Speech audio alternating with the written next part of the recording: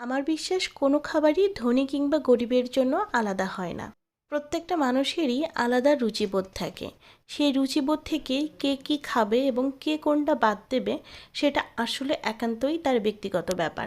আসসালামু আলাইকুম viewers, welcome back to my channel. কোনো রকম ভনিতা ছাড়াই বলতে চাই, আজকের রেসিপিটি হচ্ছে মুরগির চামড়া দিয়ে খুব মজার একটা তরকারি।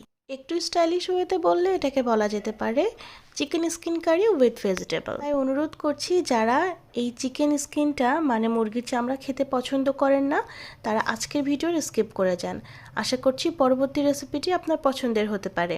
আপনাকে পরবর্তী রেসিপিতে আমন্ত্রণ জানিয়ে আমার আজকের ভিডিওটা শুরু করছি। আমি এখানে মুরগির চামড়া নিয়েছি, যেটাকে খুব ভালোভাবে পরিষ্কার করে ধুয়ে নিয়ে আমি ভুঁড়ির মতো করে কেটে নিয়েছি ছোট ছোট করে। তারপর এটাকে লবণ এবং হলুদ মাখিয়ে নিয়েছি। এখন চলে যাচ্ছে আমি মূল রান্নাতে। এখানে আমি আলু এবং তার সাথে বেগুনও নিয়েছি। এই রান্নাটা আমি বলবো আপনাদের, যারা এই মুরগির চামড়াটা পছন্দ করেন একবার হলেও আমার মতো করে বানিয়ে দেখবেন। আশা করছি আপনাদের খুবই ভালো লাগবে। এখন আমি কড়াইতে তেল দিয়ে দিয়েছি আর এখন এই মুরগির চামড়াগুলোকে খুব ভালোভাবে ভেজে নিচ্ছি। খেয়াল করে দেখেন অনেকটা তেল বের হয়েছে। মুরগির চামড়াতে কিন্তু অনেক তেল থাকে, তাই এরকম তেল বের হয়েছে। আর দেখেই বুঝতে পারছেন যে এটা খুব ভালোভাবে ভাজা হয়ে গিয়েছে। এখন এগুলোকে তুলে নিচ্ছি। তুলে নেওয়ার পরে আমি চলে যাচ্ছি পরবর্তী স্টেপে। এখন দিয়ে দিচ্ছি এখানে 2টা পেঁয়াজ কুচি। পেঁয়াজটা একটু লালচে হয়ে আসলেই এখানে দিয়ে দিচ্ছি আমি এলাচ, দারুচিনি, দিয়ে দিচ্ছি 2টা ছোট তেজপাতা, হলুদ দিয়ে দিলাম, লবণ দিয়ে দিচ্ছি স্বাদ মতো, 1 টেবিল চামচ মরিচের গুঁড়া দিচ্ছি, 2 টেবিল চামচ পেঁয়াজ বাটা এবং 1 চা চামচ রসুন বাটা দিলাম। আমি আধা চা চামচের মতো আস্ত জিরা, আপনারা চাইলে এখানে বাটা জিরাটাও ব্যবহার করতে পারেন। তারপর আমি এখানে সবজিগুলো দিয়ে দিলাম। সবজিগুলো দেওয়ার পরে কিছুক্ষণ কষিয়ে নেওয়ার পরে মুরগির চামড়াটাও দিয়ে দিলাম, যেটাকে আমি ভেজে রেখেছিলাম।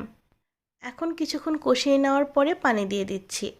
পানিটা দিচ্ছি সিদ্ধর জন্য। তারপরে আমি এখানে এটাকে ঢেকে দেব, তবে তার আগে দিয়ে দিচ্ছি এরকম আস্ত রসুনের কোয়া।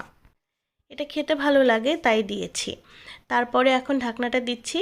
তারপরে যখন একদমই খুব ভালোভাবে পানিটা প্রায় শুকিয়ে আসবে এবং আলু এবং বেগুনটাও সিদ্ধ হয়ে যাবে, তখন এই যে খেয়াল করে দেখেন পানি অনেকটাই শুকিয়ে এসেছে এবং আলু বেগুনও এই পর্যায়ে সিদ্ধ হয়ে গিয়েছে।